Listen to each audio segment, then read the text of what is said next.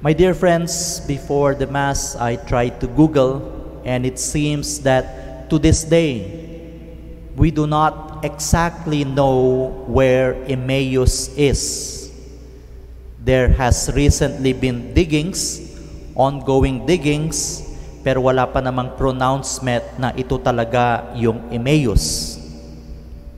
What is enough and what is clear, however, is that based on the scriptures, Emmaus is 7 miles outside Jerusalem. So the two disciples were walking away, papalayo sa Jerusalem, kung saan naganap yung pagpapako, pagkamatay, and this mysterious resurrection that they have yet to understand. So habang papalayo yung dalawang disciples, I would like to highlight some elements that surrounded or defined the two disciples. Katulad ng bawat isa sa atin, ang napapalibot sa kaisipan sa pagkatao ng dalawang disipulong ito. And this morning we were discussing this in class, although in another topic. Una, ano ba ang kanilang nagawa? Ano yung kanilang kakayahan bilang tagasunod, bilang mga alagad ni Jesus? At hindi nalalayo dyan, ano ba ang kanilang hindi nagawa kay Jesus o sa kanilang buhay? And for the rest of our lives, we will be confronted with that. Ano ang aking kakayahan? Ano ang ginagawa ko? Ano ang nagagawa ko? Vis-a-vis, ano ang hindi ko nagampanan? What did I fail to do? Or sometimes what is beyond my control. At sa palibot ng dalawang ito, may kakayahan tayong mag-isip at may kakayahan tayo makadama. Sa mga nagagawa natin at hindi natin nagagawa, ano ang pinag-isipan natin, ano ang ating hindi napag-isipan? Ano ang nararamdaman natin? Ano ang bugso ng ating damdamin sa ginagalawan nating mga elementong ito? And so going back to the two disciples, ang kanilang nararamdaman sa kanilang hindi pagkakaintindi ng resurrection na ito, ng mga balitang ito, ng pagkamatay ni Kristo, sila'y nalulungkot, sila'y nag-aalala, sila'y takot na takot. Again, they have feelings for the situation, they have thoughts of the situation. Sa philosophy kanina, tinatawag naming reason and emotion.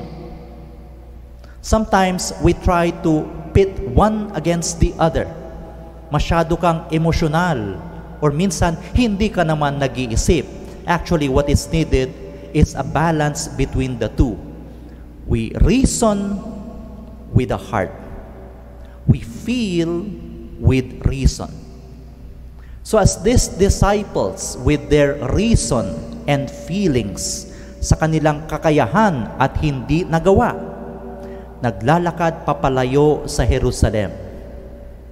And here came Jesus, who explained things to them, who acknowledged their feelings and supplemented their reasoning in order for them to understand the scriptures. And when finally Jesus revealed himself in the breaking of the bread, over and above what humans can do and the limitations that humans cannot do, over and above what they have full control and what they do not have full control of, over and above their feelings and their reason. Nabigyan sila ng pag-asa. You cannot say hope is something that I decide upon myself. Kung may control ako sa sitwasyon, then I can say, I have hope in me. Alam kong matatapos ko ito sa deadline, so I am hopeful na hindi ako mapaparusahan dahil nasa kapangyarihan kong magagawa ko yan. But the hope that Jesus gave them was beyond their feelings and beyond their reason. It was beyond what they can do, and more importantly, beyond what they cannot have full control of. And you see a transformation when they have received the grace of hope. Kanina papalayo sila sa Jerusalem, ngayong meron silang nabuhayang pag-asa, bumalik sila sa Jerusalem to proclaim that indeed Jesus is risen. So my brothers and sisters, as we celebrate and continue to celebrate Easter, we have to understand, we have to receive the grace of hope. At napakalakas yan na ating dalangin ngayon, na sana sa ating paglalagay ng pag-asa sa ating mga leaders, they may be able to deliver, and they may be able to deliver on time. Kakamatayan na ang mga tao, we are racing after time. As we place our hope on the medical experts, we also understand na napupuno na ang mga ospital ngayon. But where can we turn to if not those who have knowledge and skill to make us well again or take care of us? As we understand the growing situation, we must also know that we are placing our hope on each other. Wala sa kamay ng isang tao lamang ang solusyon sa pandemyang ito. Kailangan nating protektahan ang ating sarili. Kailangan nating alagaan ang isa't isa. Kailangan nating proteksyonan ang mga ospital na hindi rin sila mapuno. And likewise to our leaders, inasmuch as we follow them, we also demand from them. Inuulit ko, hindi sa kamay ng iisang tao ang solusyon sa ating hinaharap ngayon.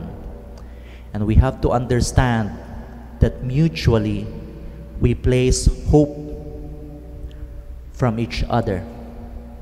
And over and above this, sa pagpapala ng Diyos, kukuha rin tayo ng lakas at pag-asa. May the message of Easter touch our lives.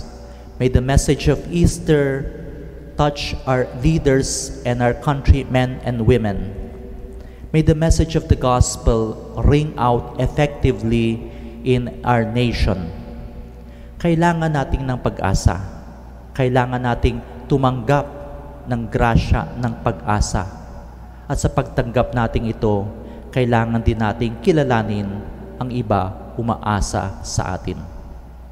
Let us all stand.